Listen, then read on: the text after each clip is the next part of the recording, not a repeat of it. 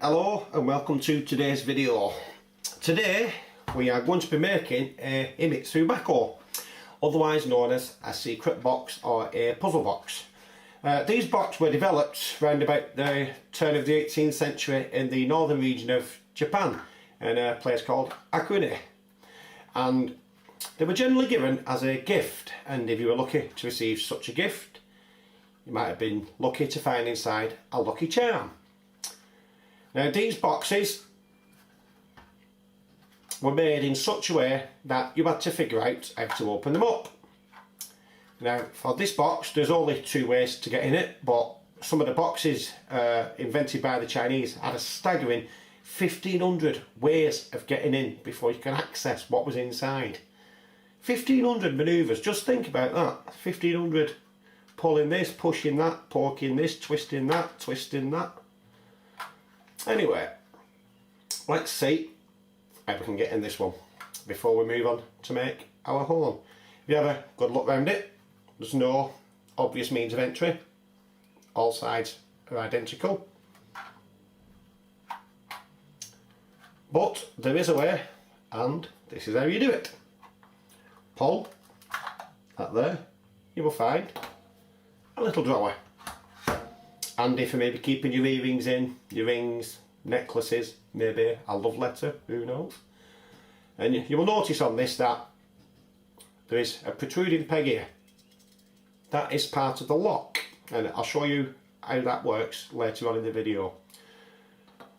To access the bigger drawer inside of this, because this one contains two, all you have to do, pull this one out here, and as you can see, another long peg which also acts as a lock. To open the drawer you just push your thumb against here.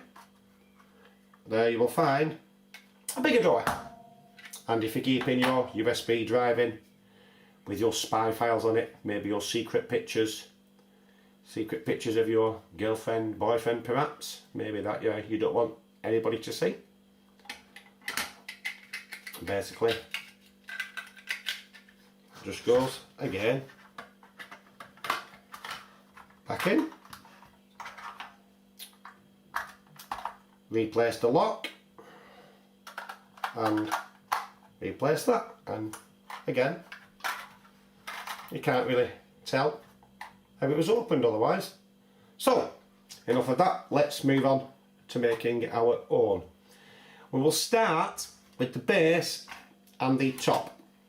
Now the base and the top are constructed in very similar fashion. We have a 8x8 plate, a 4x8 plate and another 8x8 plate, which basically lie side by side. Now on the base you have a 2x10, a 1x2, a 2x10, a 1x3, 2x10, 1x3, 2x10, 1x2, 2x10, all flat plates. And if you look at the top, it's identical, sort of. There is a difference here. On the base, these all sit underneath the plates. On the top, they sit on top of these plates, as you can see. On the top as well, you will also notice that on the edge here, there is a 1x4 plate, which sticks right there, equidistant from these edges, right on the very edge. There is a reason for that, which I will explain in a short while. Now let's have a look at the anatomy of the base. Just take that and take that. You'll be able to see all these are totally smooth tiles. Basically these are the runners for the drawers, so that they can slide in and out without binding on these studs here. And as you can see, we've got a 1x6 here, 2 in from that edge in the middle, a 2 gap, another 1x6, 1x8, 1 in from that edge and that edge, another 1b edge with a gap, 2 more 1b8s side by side, another 1b6, a 1b4, a 1b4, both again 1 in from the edge, and on this edge here a 1b6 black plate. Now this colour must reflect the base plate, so if your base plate's yellow, that must be yellow. And we also have one here, which is a 1x6 black tile, again to reflect the base. Like I said, if your base was yellow, that would have to be yellow. There's a reason for that, in that once the box is assembled, if these were a different colour, it would be immediately obvious where the openings were, which defeats the point of a secret box. The 1x6 here is 2 in from that edge, right up to the edge. And on here, equidistant from the ends, again, flush up to the edge here. We also have two 1x2 smooth tiles here, one there and one there. They will form part of the locking mechanism, which is why they're on now and won't be put on after. We have here a 1x4 standard brick that butts up against here, equidistant from the edges, as you can see. We also have this little bridge, which is made up of a 2x4 flat, a 2x4 flat, a 1x2 flat and a 1x2 flat, and it straddles this part here, pushes up against that edge there, clicks into place. You need to make sure that when we're making this box, everything is tight and nice and flush, because otherwise it will not work. So there we go. Put that to the side. We can now move on to the next bit, which is one of the ends. That is the end, which sits against that there. And we construct this by using, just remove that carefully, two 1x6 flats click together with a 1x6 technique, 1x6 technique, 1x6 technique, a 1x6 flat on the top, and also a 1x4 flat which sits in the centre there, with a single standard peg number 2780 bang in the middle. That goes there, nice and tight. We can now move on to the back, which is this part here. And the back is constructed in such a fashion, we have just them pieces there. These two are identical, and again 1x6 flat, 1x6 flat, 1x6 technique, technique, technique, 1x6 flat, just one on top, with standard size pegs spaced like so, end, middle, end, middle, end, nothing for the middle brick. We have two of those. We can now place one at that end, sorry, one there, 2 in from the end, one there, 2 in from that end, and we now have this interesting little piece here, which is 1x4s, 1x4 flat, 1x4 flat, technique, technique, technique, 1x4 flat with standard pegs, which slots into there. We can now connect these using two 1x8 flats, which join that to that, and we can connect that to that there using that. Now to move on to the front part, which is almost identical to the back, but there's a difference. Again, we have the two 1x8 flats, and we have 1x6s, except we only need one of these this time. And again, 1x6 flat, 1x6 flat, technique, technique, technique, just one 1x6 flat with studs, pegs, just at the ends this time, not in the middle here, because this is part of the locking mechanism. That sits just there, 2 in from this end, and we have our 1x4s again, constructed identical to the one on the back, 1x4 flat, 1x4 flat, technique, technique, technique, 1x4 flat, standard pegs. And they go there, pushing up against this 1x6 smooth tile here. We can now add our 1x8 flat to that end, and one to this end, which overhangs to form part of the drawer front. Now, we need to make corners. So let's set about making some corners, and here we are. this is what the corners look like. We need to have 2 identical pairs. So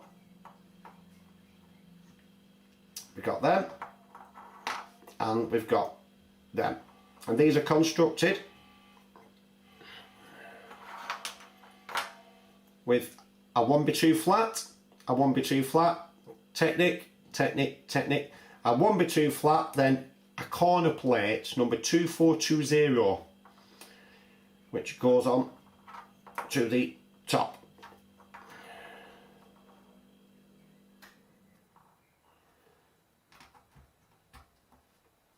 And these can now be placed onto the box.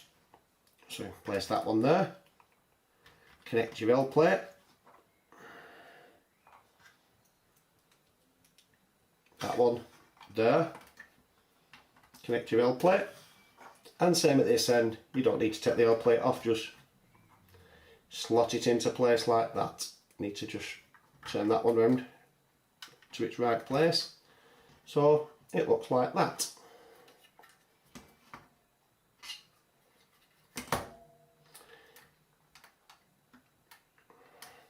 Now we have some additional pieces we need to make, which are these little beauties. We have 8 of them all together, and I'll show you how to make one of these. They're all the same. We've got 1x2 flat, 1x2 flat, 1x2 flat. Click them together.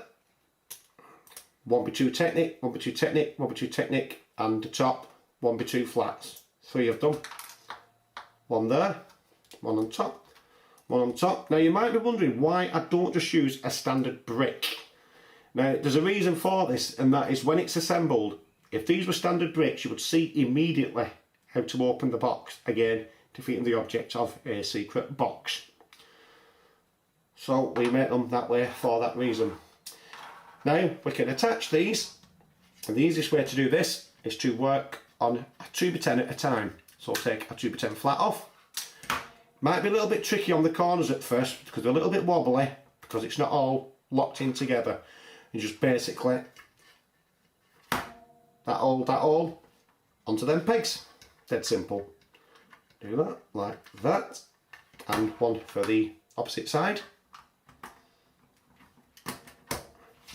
Attach your plate. Make sure again all nice and tight. We don't want any loose parts. We can now move on to the next one, which is that. Now you need to remember which way your smooth tile goes, and for this we only need to do just one side. So we'll put that there and reattach the plate.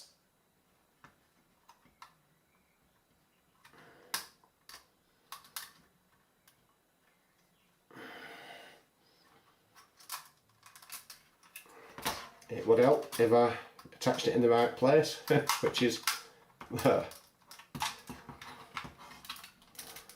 And put that where it belongs.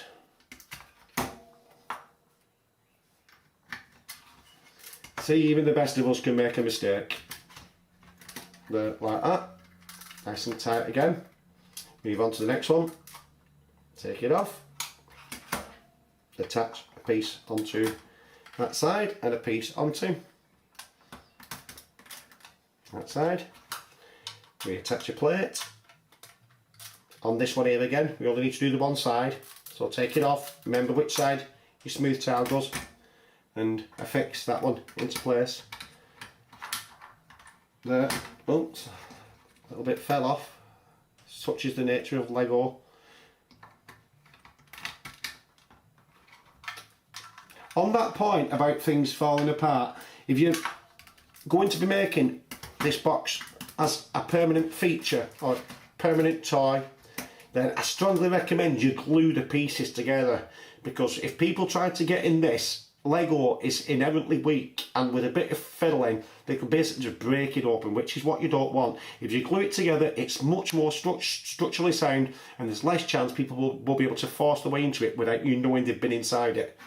Just replace that bit there which just fell off and go towards the end now, and again just click on, click on and reattach your 2x10 flat. Again, make sure it's all nice and tight. Don't want any loose pieces, especially loose pieces which fall off. We can now move on to the drawers. Put that to one side, and we will start with the small drawer. Dead simple to make. You've got basically a 1x6 Technic, another one, and a 1x6 smooth tile on top with a 1x2 normal plate there in the corner with standard peg, standard peg, standard peg, standard peg, standard peg. But on this one, we've got one of the longer pegs, number 6558, which protrudes through this end, and that forms part of the locking mechanism. Let's put that to one side while we work out how to build the rest of it. So just take these apart for you. You'll be able to see how it's constructed. Dead easy. We've got here a 4x4 plate, a 2x3 plate, and a 2x3 plate. Pushed up together like that. And here we've got a 1x6 Technic brick, which goes up to that end there, gap at the end there. We've got a 1x2 standard brick, goes there like so, and on that side again a 1x6 Technic brick. We also have here for the end a 1x4 Technic brick with a 1x2 brick that just clips like that. Take our 1x4 Technic brick, clip it there, a 1x1, clip it to the end. Same on that side, 1x4, 1x1. And on the top, 1x6, another 1x6 Technic brick. And basically these just go together with this corner, pushing up against there like that. Just clip it all together nice and tight. There we have our little drawer. So, onwards and upwards, big drawer. Again, fairly straightforward to build. On the base you've got a 6 by, I think that's 10. 1, 2, 3, 4, 5. 6 by 8 plate with a 6 by 4 plate. Now this could have been a 6 by 6, but it doesn't really matter, it's not too important, so I've just settled for a 6 by 4. You'll notice that's a different colour to that. That's because it doesn't matter what colour that is, it's not going to be seen once it's inside, but it's imperative that this colour is black and reflects the rest of the edges here, so it's not obvious where the drawer is. The front of the drawer, simple, 1x6 Technic, 1x6 smooth tile with a single standard peg right in the middle, like so. And this part here, I just take these off. These are 1x8 smooth tiles. And this side is built identical to this side, so I should just take apart this side to show you how it's built.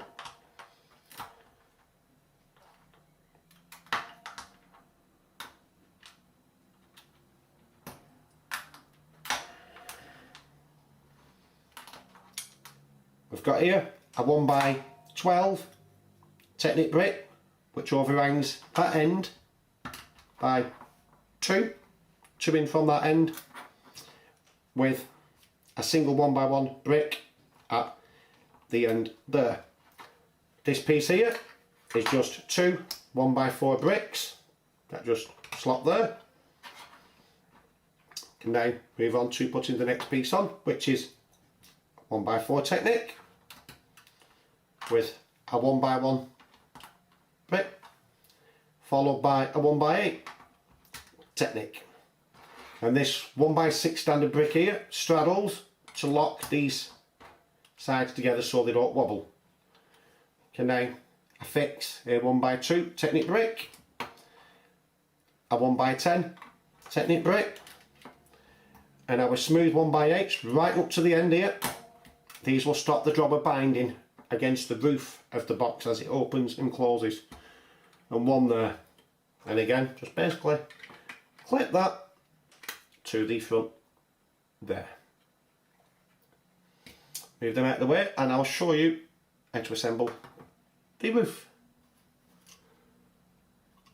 which looks like that. We've seen it earlier, but you will notice I mentioned about the 1x4 which sits against the edge here, and that's so it fills this gap here. Just push it on. Again, make sure it's all nice and tight. Check for any gaps around the edges. Let's see one there. Squeeze them together, all nice and tight.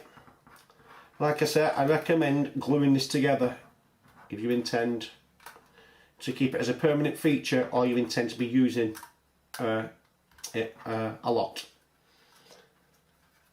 Where can I place the drawer in the front? See, you can see it's binding, and that's because something is obviously protruding and stopping the drawer going inside. Need to make sure everything is nice and flush. That's when it goes in this time. Yep, there you go, all the way in. And the way this works, when I put this drawer back in here, this little piece sticking out here will lock into this hole here at the very end of the box, stopping the drawer pushing forward. So you can push that in there like that. Actually, there's a good time to show you the piece that goes here and here before I put that in. And you will see we've got two more pieces similar to the pieces you made before, but they are slightly different. They're made up of two 1x2 flats, 1x2 brick, Technic 1x2, 1x2, two 1x2 flats, standard, but on top a 1x2 tile, smooth tile.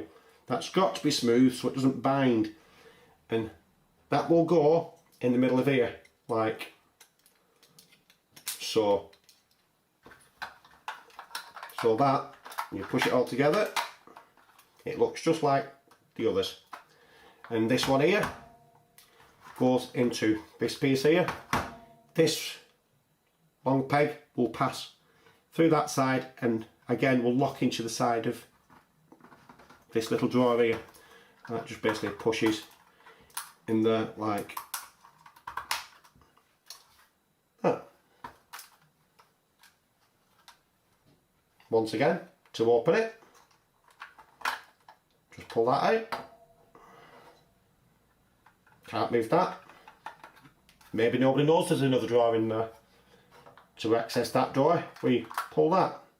And this is why I recommend gluing it together. As you can see, that peg has got caught in there, and really it should be pulling out at the same time as that. If nothing else, glue the long pegs into place so that they're efficient every time they work. Again, just push your thumb like that, and there we go. One Himitsu Bako secret box with no discernible obvious means of entry. I hope you enjoyed my video. Please continue to keep a lookout for future ideas, games, puzzles, and if you subscribe, maybe the odd free treat. Thank you very much and goodbye.